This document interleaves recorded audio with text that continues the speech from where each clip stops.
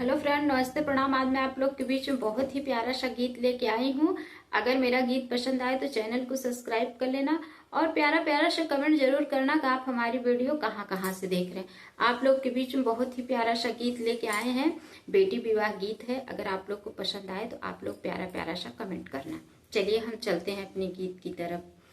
हाथवा में लिहे बाबा भूजे गजने रे खोजै लागे मादरे ललनवा रे खोजै लागे दुलरूद मादर ललनवा।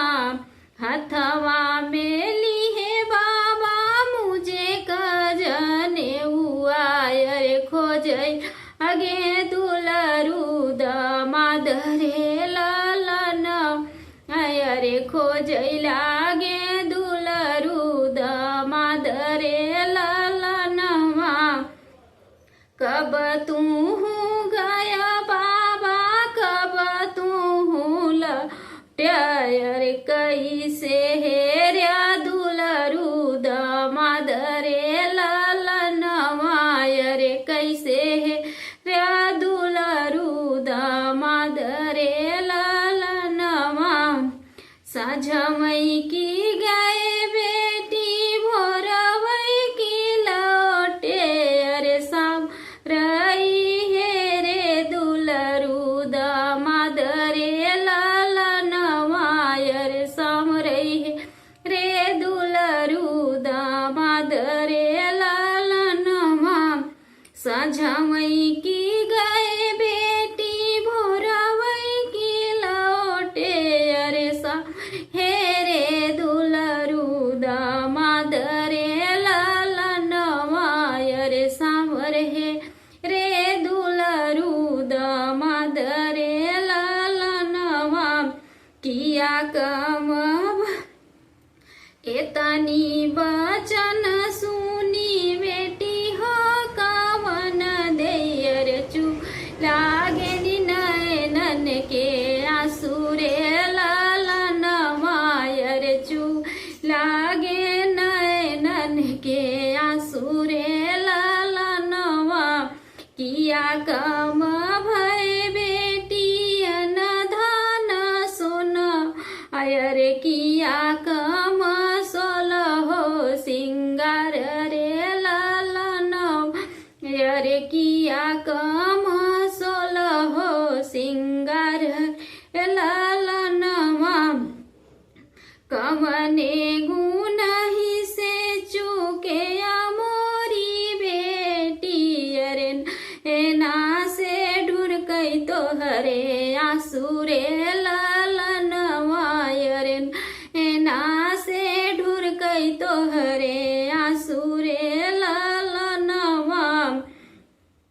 तोहरे नींद सुनाही कम भय बाबा रे ही कम सोर हो सिंगार रे ललनवा नाही कम भय बाबा न धन सोना रे नाही कम सोर हो सिंगार रे ललनवा रे नाही कम सोर हो सिंगार रे ललनवा।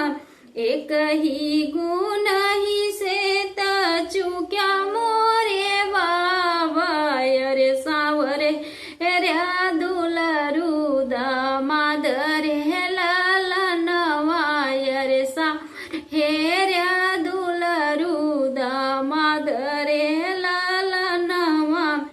एतनी बचन सुनी बाबा हो कने रामा बिटिया लागे समुझावै रे ललन रे बिटिया के लागे समुझावै रे ललनवा।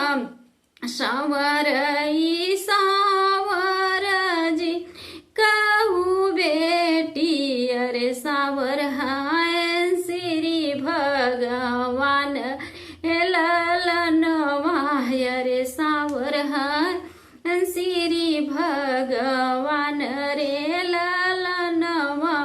संवरे के मथवा तिलक जब सोहैया रे इहान स्वामी तोहार रे लाला हमाय रे ओइहान स्वामी तोहार रे लाला नवा अरे संवरे के मथवा तिलक जब सोहैया रे ओइहान स्वामी तोहार रे लाला नवाय रे ओइहान स्वामी तोहार रे लाला नवा। अगर गीत आप लोग को पसंद आए तो चैनल को सब्सक्राइब कर लेना और प्यारा प्यारा सा कमेंट जरूर करना कि आप लोग हमारी वीडियो कहाँ कहाँ से देख रहे हैं।